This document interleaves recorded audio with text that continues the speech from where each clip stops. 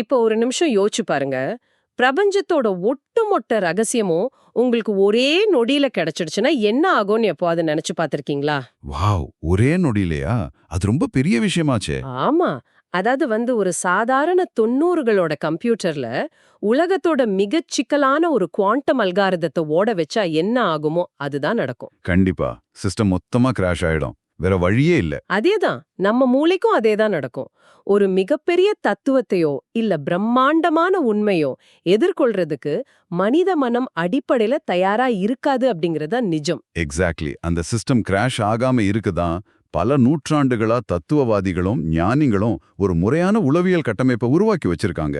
ஏன்னா உண்மையை அறிவது அப்படிங்கிறது ஏதோ ஒரு பட்டனை பிரஸ் பண்ற மாதிரி கிடையாது. அது ஒரு நீண்ட ப்ராசஸ் இல்லையா? ஆமா. அது மூளையையும் மனசையும் படிப்படியா உருமாத்துற ஒரு நீண்ட நெடிய செயல்முறை. இந்த ஆழ்ந்த அலசல்ல நாம அத பத்தி தான் பேச போறோம். நேர்களே, உங்களை வரவேற்பதுல ரொம்ப சந்தோஷம். இன்னைக்கு நாம எடுத்துக்கிட்ட மூலக்குறிப்பு ஏதோ சாதாரண தத்துவ புத்தகம் கிடையாது. இது அருட்பெருஞ்சோதி அகவல் அப்படின்னு சொல்லப்படுற ஒரு மாபெரும் படைப்புல இருக்கிற 524 முதல் 527வது வரையிலான வரிகள். அது வெறும் வரிகள்னு சொல்ல முடியாது. அது ஒரு பெரிய பொக்கிஷம். ஆமா. இது ஒரு கவிதைன்னு சொல்றதை விட மனித மனச அடுத்தடுத்த பரிமாணங்களுக்கு எடுத்துச் செல்லும் ஒரு சைக்கலாஜிக்கல் ப்ளூ பிரிண்ட், அதாவது உளவியல் வரைபடம் அப்படின்னு சொல்றதுதான் சரியா இருக்கும்.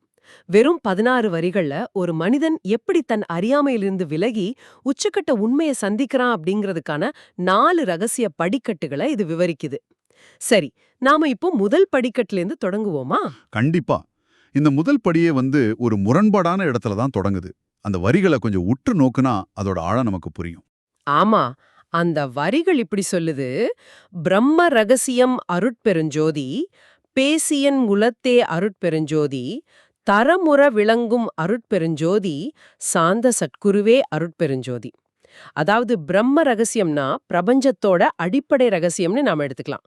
ஆனா அது என் உள்ளத்துல பேசுது அப்படின்னு இந்த வரி சொல்லுது. உள்ளத்துல பேசுறது.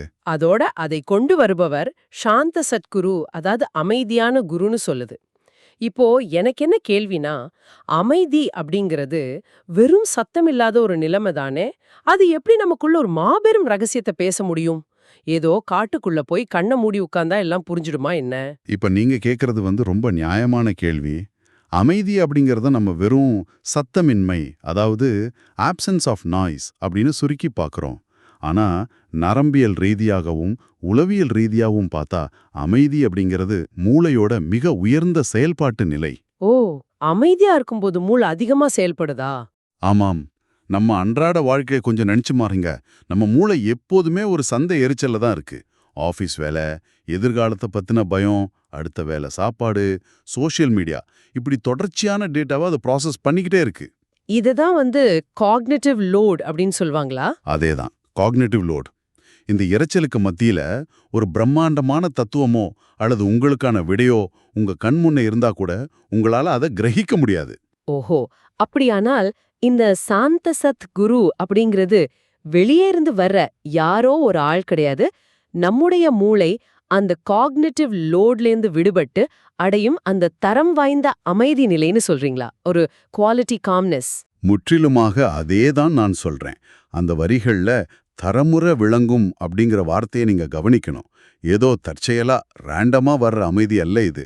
தரம் வாய்ந்த அமைதி. அந்த அமைதியான நிலை ஏற்படும் போதுதான் உங்க உள்மனம் வெளிமனதோட தொடர்பு கொள்ளுது. அந்த பிரம ரகசியம் அங்குதான் பேசப்படுது. வாவ், ரொம்ப இன்ட்ரெஸ்டிங்கா இருக்கே. இது ஏதோ மாயாஜாலம் கிடையாது. மூளை அதோட வழக்கமான தற்காப்பு போராட்டங்களை எல்லாம் கொஞ்சம் நிறுத்திட்டு ஆழ்ந்த புரிதலுக்கு தன்னை திறந்து கொடுக்கும் தருணம் அது. இதை நாம அன்றாட வாழ்க்கையோட பொருத்தி பார்த்தா ரொம்ப தெளிவா புரியுது. அதாவது பல நாட்களா ஒரு சிக்கலான பிரச்சனைக்கு விடை தேடி மண்டையை உடைச்சுக்கிட்டு இருப்போம். விடையே கிடைக்காது. ஆனா சாதாரணமா தண்ணீர் ஊற்றி குளிச்சுட்டு இருக்கும் போதோ இல்ல எந்த சிந்தனையும் இல்லாம ஒரு லாங் டிரைவ் போகும்போதோ திடீர்னு ஒரு யுரேக்கா தருணம் தோன்றும். ஆமா, சடனா ஒரு ஐடியா ஸ்பார்க் ஆகும். அந்த அமைதிதான், அந்த உள்ளுணர்வோட குரல் தான் இந்த சாந்த சத்குரு இல்லையா? அதேனா, அந்த முதல் தரப்பு எப்போதுமே ஒரு ஆழமான அமைதியில தான் நிகழும். ஆனா அந்த அமைதி மட்டுமே போதுமா அப்படிங்கறத இங்க அடுத்த கேள்வி. ஒரு நிமிஷம். அது ஒரு முக்கியமான புள்ளி. ஏன்னா, அந்த யுரேக்கா தருணங்கள் எனக்கும் நெறையவே வந்திருக்கு. குளிக்கும்போது ஒரு பிரம்மாண்டமான ஐடியா வரும். உலகத்தையே மாத்திரலான்னு தோணும். ஆனா, குளிச்சு முடிச்சுட்டு வெளிய வந்து மொபைல் ஃபோன பார்த்த உடனே, அந்த ஐடியா அப்படியே காணாம போயிடும். அது பலருக்கும் நடக்கிறது தான். ஆமா. திரும்பவும் நான் அதே பழைய இரைச்சலுக்குள்ள சிக்கிக்குவேன். இதுதானே எல்லாருக்கும் நடக்கிறது. அப்ப இதுக்கு என்ன பண்றது? அங்கதான் இந்த மூலக்குறிப்பிட அடுத்த படிக்கட்டு அசுர பலத்தோட உள்ள நுழையுது. முதல் படியில பிரம்ம ரகசியம் பேசப்பட்டது. அடுத்த வரிகள் இப்படி சொல்லுது. பரம ரகசியம் அருட்பெருஞ்சோதி, பகர்ந்தன துளத்தே அருட்பெருஞ்சோதி, வரமுற வளர்த்து அருட்பெருஞ்சோதி, வயங்க சட்குருவே அருட்பெருஞ்சோதி. இப்போ பிரம்ம ரகசியம் அப்படிங்கிறது பரம ரகசியமா மாறிடுச்சா? ஆமா, உச்சகட்ட ரகசியமா மாறுது. அதோட அத வரமுற வளர்த்து அப்படின்னு சொல்றாரு. ஆனா இங்க எனக்கு ஒரு சந்தேகம். ஒரு உண்மை தெரிஞ்சிடுச்சுன்னா அது தெரிஞ்சது தானே. அது எப்படி வளரும்? அதாவது இப்போ 2 கூட்டல் 2 4 அப்படிங்கிறது ஒரு உண்மை. அத நாம தெரிஞ்சுக்கிட்டா போதும். அத உட்கார்ந்து வளர்த்துக்கிட்டு இருக்க வேண்டிய அவசியம் இல்லையே. தத்துவார்த்தமான உண்மைகளும் அப்படிதானே இருக்கணும். அதுதான் நாம செய்யற மிகப்பெரிய பிழை. தகவல்களை தெரிஞ்சுக்கிறதற்கும் ஞானத்தை அடையிறதற்கும் பெரிய வித்தியாசம் இருக்கு. 2 கூட்டல் 2 4 அப்படிங்கிறது ஒரு டேட்டா. ஆனா நான் யார் அப்படிங்கிற கேள்வியோ அல்லது பிரபஞ்சத்தோட இயக்கத்தை பத்தின புரிதலோ வெறும் டேட்டா கிடையாது. அப்ப அது வேற என்ன? அது உங்கள் அடிப்படையிலிருந்து அசைத்து பார்க்கும் ஒரு அனுபவம். ஒரு உண்மையை உங்க மூளை புரிஞ்சுக்கிறது வேற, அந்த உண்மை உங்க நரம்புகளிலும் உங்க தினசரி செயல்களிலும் ஊடுருவுவது வேற. ம், கொஞ்சம் விளக்கமா சொல்ல முடியுமா? கண்டிப்பா. ஒரு இரும்பை வாளாக மாத்துறத கொஞ்சம் நினைச்சு பாருங்க. நெருப்புல இரும்ப காட்டும்போது அது சிவக்கும். அதுதான் அந்த முதல் படியான யுரேக்கா தருணம். ஓ, அந்த சூடுதான் அமைதியில கிடைக்கிற அந்த முதல் விடை. எக்ஸாக்ட்லி. ஆனா நெருப்புல வச்ச உடனே அது வாளாகிடாது இல்லையா? அதை எடுத்து தொடர்ந்து சம்மட்டியால அடிச்சு மீண்டும் மீண்டும் தண்ணியில முக்கி பட்டை தீட்டணும். அந்த தொடர்ச்சியான கடினமான ஒரு செயல்முறை இருக்குல்ல, அதத்தான் இந்த வரிகள் வரமுற வளர்த்து அப்படின்னு சொல்லுது. அட, இப்ப புரியுது. இங்க உங்களுக்கு வழிகாட்டும் குரு அமைதியானவர் கிடையாது. அவர் வயங்குசர் குரு, அதாவது செயல்படும் குரு, உழைப்பை கூறும் குரு. அந்த முதல் படியில கிடைச்ச அமைதியான திறப்பை உங்க அன்றாட வாழ்க்கையோட குழப்பங்களுக்கு மத்தியிலும் உயிர்ப்புடன் வச்சிருக்க ஒரு கடுமையான ஒழுக்கம் தேவைப்படுது. வாவ், அந்த வார்த்தையோட தேர்வு எவ்வளவு துல்லியமா இருக்கு பாருங்க. சாந்த குரு, அதாவது அமைதியான குரு, இப்ப வயங்கு குருவா, அதாவது செயல்படும் குருவா பரிணாமம் அடையறாரு. ஆமா, அது ஒரு பெரிய மாற்றம். அதாவது ஒரு புதிய விஷயத்த கத்துக்கும்போது முதல் நாள் கிடைக்கிற அந்த உத்வேகம் தான் சாந்த குரு. அதன் பிறகு தினமும் காலையில 5 மணிக்கு எழுந்து அத பயிற்சி செய்து வலிகளையும் சலிப்புகளையும் தாண்டி அந்த திறமைய நம்ம உடலோடும் மனதோடும் கலக்கச் செய்வதுதான் வயங்குரு. அந்த ரகசியத்தை உள்ளேயே காத்து வளர்ப்பது. அருமையா சொன்னீங்க. அதனாலதான் அத பரம ரகசியம்னு சொல்றாங்க. ஏன்னா அதை நீங்க வெறும் மூளையால மட்டும் தெரிஞ்சுக்கல, உங்க ஒட்டுமொத்த இருப்பாளியும், அதாவது உங்க எக்ஸிஸ்டன்ஸ் மூலமா அதை சுமக்க தொடங்கிட்டீங்க. அந்த உண்மை இப்போ உங்களோட சேர்ந்து வாழ ஆரம்பிச்சிடுச்சு. சரி, இப்ப அந்த உண்மை நமக்குள் நல்லா வேரூன்றிடுச்சு. அது வாளாக பட்டை தீட்டப்பட்டுடுச்சு. அடுத்தது என்ன? இங்கேதான் இந்த தத்துவ பயணம் ஒரு மிகப்பெரிய பாய்ச்சல நிகழ்த்துது. நாம் அடுத்த வரிகளை பார்ப்போம். சரி, சொல்லுங்க. சிவ ரகசியமெல்லாம் அருட்பெருஞ்சோதி, தெரிவித்தெனக்கே அருட்பெருஞ்சோதி, நவநிலை காட்டிய அருட்பெருஞ்சோதி, ஞான சத்குருவே அருட்பெருஞ்சோதி. இதுல சிவ ரகசியமெல்லாம் அப்படின்னு பன்மையில ஒட்டுமொத்த ரகசியங்களையும் குறிக்கிறாங்க. ஆமா. மேலும் நவநிலை, அதாவது 9 நிலைகளை காட்டும் ஞான சத்குருன்னு சொல்றாங்க. எனக்கு இங்க ஒரு சின்ன சந்தேகம் வருது. என்ன சந்தேகம்? நாம ஏற்கனவே அமைதியை கண்டடைஞ்சிட்டோம், அந்த உண்மையை நமக்குள்ள வளர்த்தும் விட்டோம். பிறகு எதுக்கு இந்த 9 அடுக்குகள் கொண்ட ஒரு கட்டமைப்பு? ஆன்மீகம் என்றாலே ஒரு கட்டற்ற சுதந்திரம் அப்படின்னு தானே சொல்லுவாங்க. பின் எதற்கு இந்த நவநிலை அப்படிங்கிற ஒரு கடுமையான விதிமுறை? அதை நான் ஒரு வீடியோ கேம் லெவல் மாதிரி ஒன்னொன்னா தாண்டி போகணுமா? இது ரொம்ப நுட்பமான ஒரு உளவியல் தற்காப்பு பொறிமுறை, ஒரு டிஃபென்ஸ் மெக்கானிசம்னு சொல்லலாம். இதை நாம ஒரு ஆழ்கடல் நீச்சலோடு ஒப்பிட்டு பார்ப்போம். நீங்க கடலோட மேற்பரப்புல இருக்கீங்க. திடீர்னு உங்களை ஒரு நீர்மூழ்கி கப்பல் கூட இல்லாம கடலோட 10,000 அடி ஆழத்திற்கு இழுத்து சென்றா என்ன ஆகும்? அதெல்லாம் யோசிக்கவே பயமா இருக்கே. நீரோட அழுத்தம் தாங்காம உடல் அப்படியே நசுங்கி போயிடும். அதேதான் மனித மனசிற்கும் நடக்கும். சிவரகசியம் அப்படிங்கிறது பிரபஞ்சத்தோட அத்தனை செயல்பாடுகளையும் முழுமையான உண்மையையும் அறிவது. அது மனிதனோட சிற்றறிவுக்கு அப்பாற்பட்ட ஒரு மாபெரும் கடல். மனிதர்களாகிய நாம ஒரு குறிப்பிட்ட ஈகோ அல்லது நான் அப்படிங்கிற அகந்தையோட தான் ஏங்கிக்கிட்டு இருக்கோம். ஆமா, அது உண்மைதான்.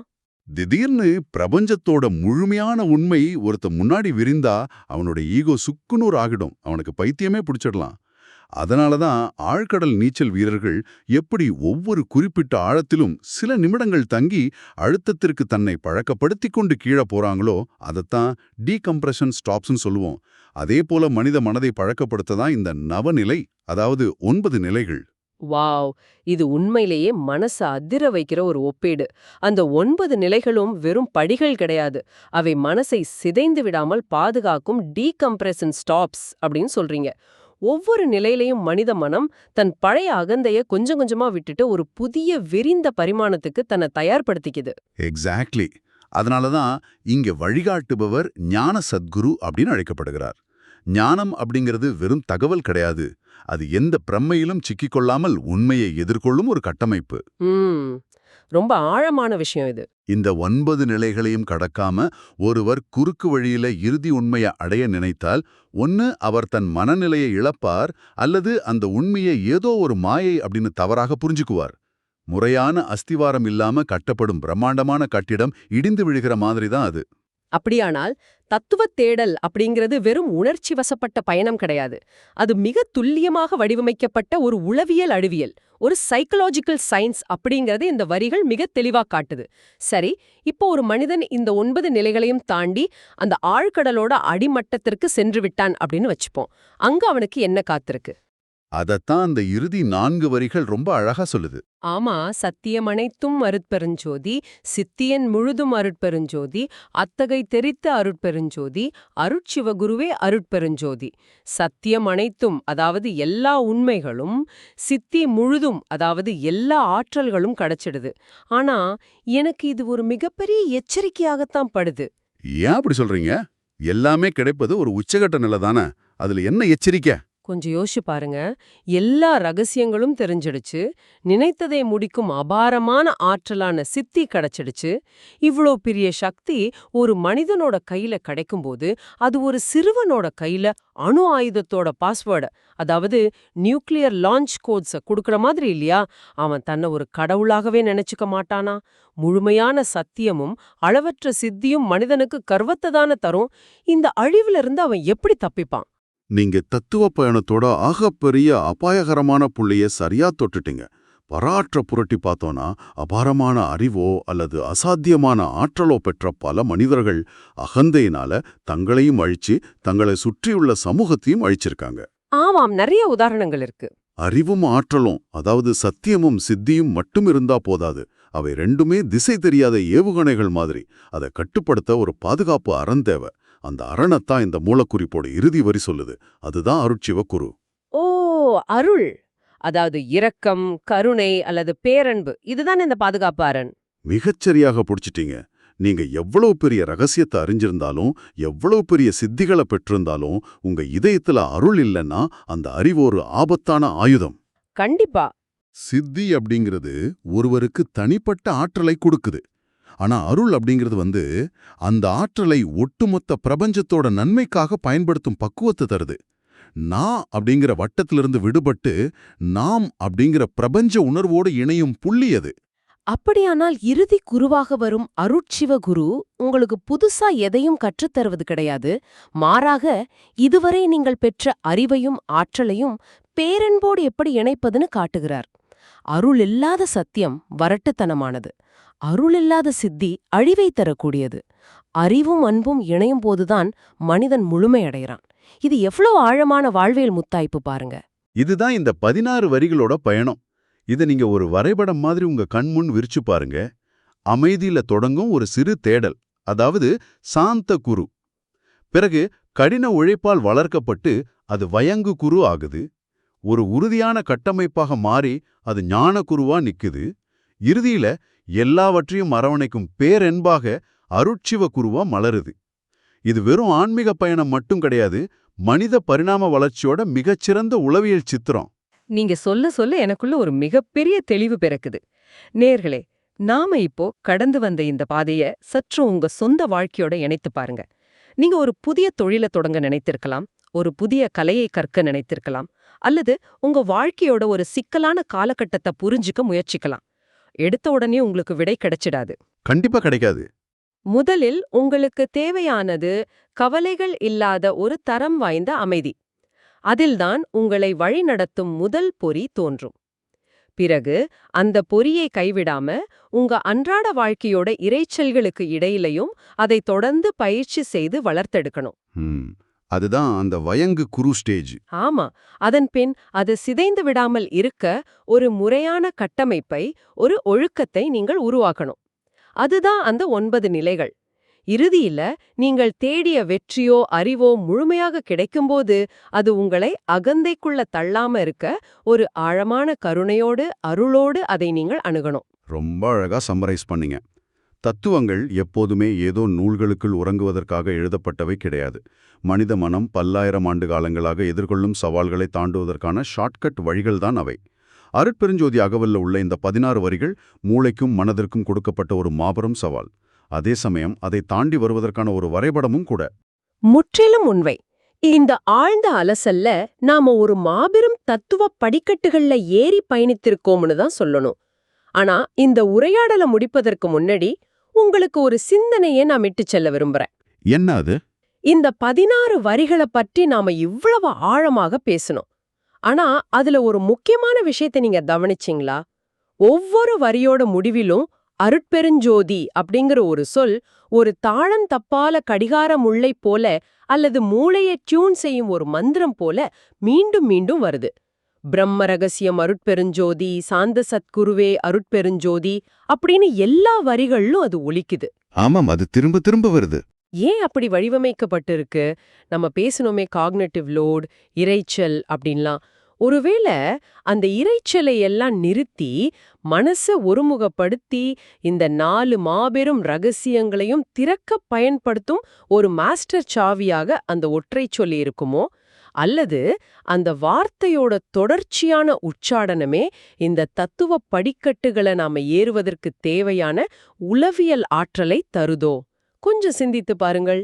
வாவ், இது உண்மையிலே யோசிக்க வேண்டிய ஒரு விஷயம்தான். ஆமா, இந்த வரிகளை மீண்டும் ஒரு முறை கேட்டு பாருங்க. உங்க அனுபவம் எப்படி இருக்கு அப்படிங்கறத உணருங்க. மீண்டும் ஒரு பிரம்மாண்டமான உங்களை சிந்திக்க வைக்கும் இன்னொரு குறிப்போடு அடுத்த ஆழ்ந்த அலசல்ல உங்களை சந்திக்கிறோம். அதுவரை உங்க தேடலும் சிந்தனையும் தொடரட்டும்.